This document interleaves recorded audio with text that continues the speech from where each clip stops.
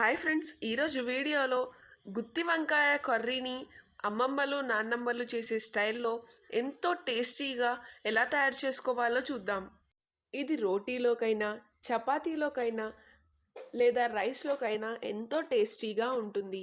వంకాయ కూడా పచ్చిగా ఉండకుండా లోపల నుంచి బాగా సాఫ్ట్గా ఉడుకుతుంది. మరి దీన్ని తయారు చేసుకోవడం కోసం ముందుగా ఒక ప్యాన్లో 2 కప్పుల పల్లీలను వేసి గోల్డెన్ బ్రౌన్ కలర్ వచ్చేంత వరకు దీన్ని ఫ్రై చేసుకుందాం.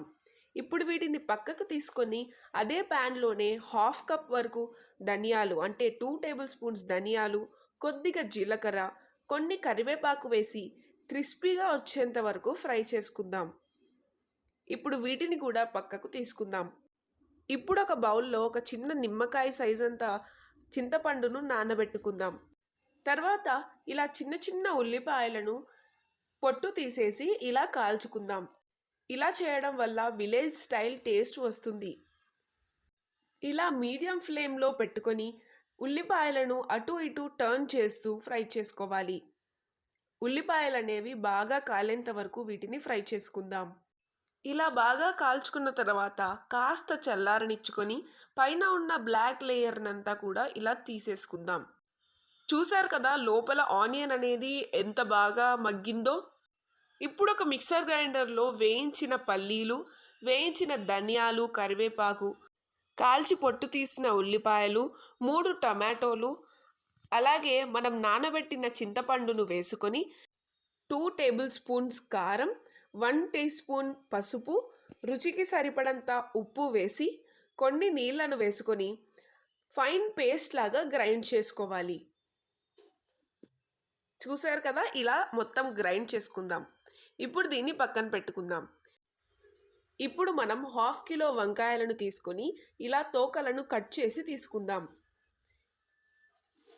ఇలా అన్నిటినీ కూడా కట్ చేసుకోవాలి. ఇప్పుడు వీడియోలో చూపిస్తున్న విధంగా 4 వైపులా దీన్ని కట్ చేసుకోవాలి. మొత్తం కట్ చేయకూడదు, ఇలా పైన మాత్రమే కట్ చేయాలి, కింద జాయింట్ ఉండాలి. ఇలా కట్ చేసుకుందాం.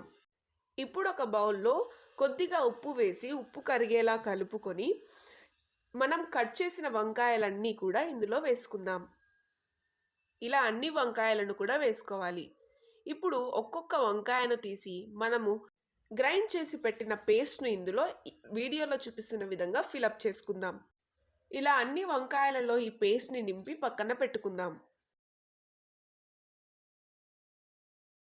ఇప్పుడు ఒక కుక్కర్లో 3 tablespoons oil, 1 teaspoon జీలకర్ర, ఒక స్మాల్ సైజ్ ఉల్లిపాయ, అలాగే కొద్దిగా కరివేపాకు వేసుకొని ఒకసారి బాగా కలుపుకుందాం. అలాగే ఇందులో 1 టేబుల్ స్పూన్ అల్లం వెల్లుల్లి పేస్ట్ వేసి దీన్ని గోల్డెన్ బ్రౌన్ కలర్ వచ్చేంత వరకు ఫ్రై చేసుకొని మనం ఫిలప్ చేసి పెట్టుకున్న వంకాయలన్నింటినీ కూడా ఇందులో వేసుకుందాం. ఇప్పుడు రుచికి సరిపడంత ఉప్పు వేసి 5 నిమిషాల వరకు లో ఫ్లేమ్లో దీన్ని కుక్ చేసుకుందాం. 5 నిమిషాల తర్వాత దీన్ని ఒకసారి బాగా కలిపి మరో 5 నిమిషాలు దీన్ని లో ఫ్లేమ్లో కుక్ చేసుకోవాలి.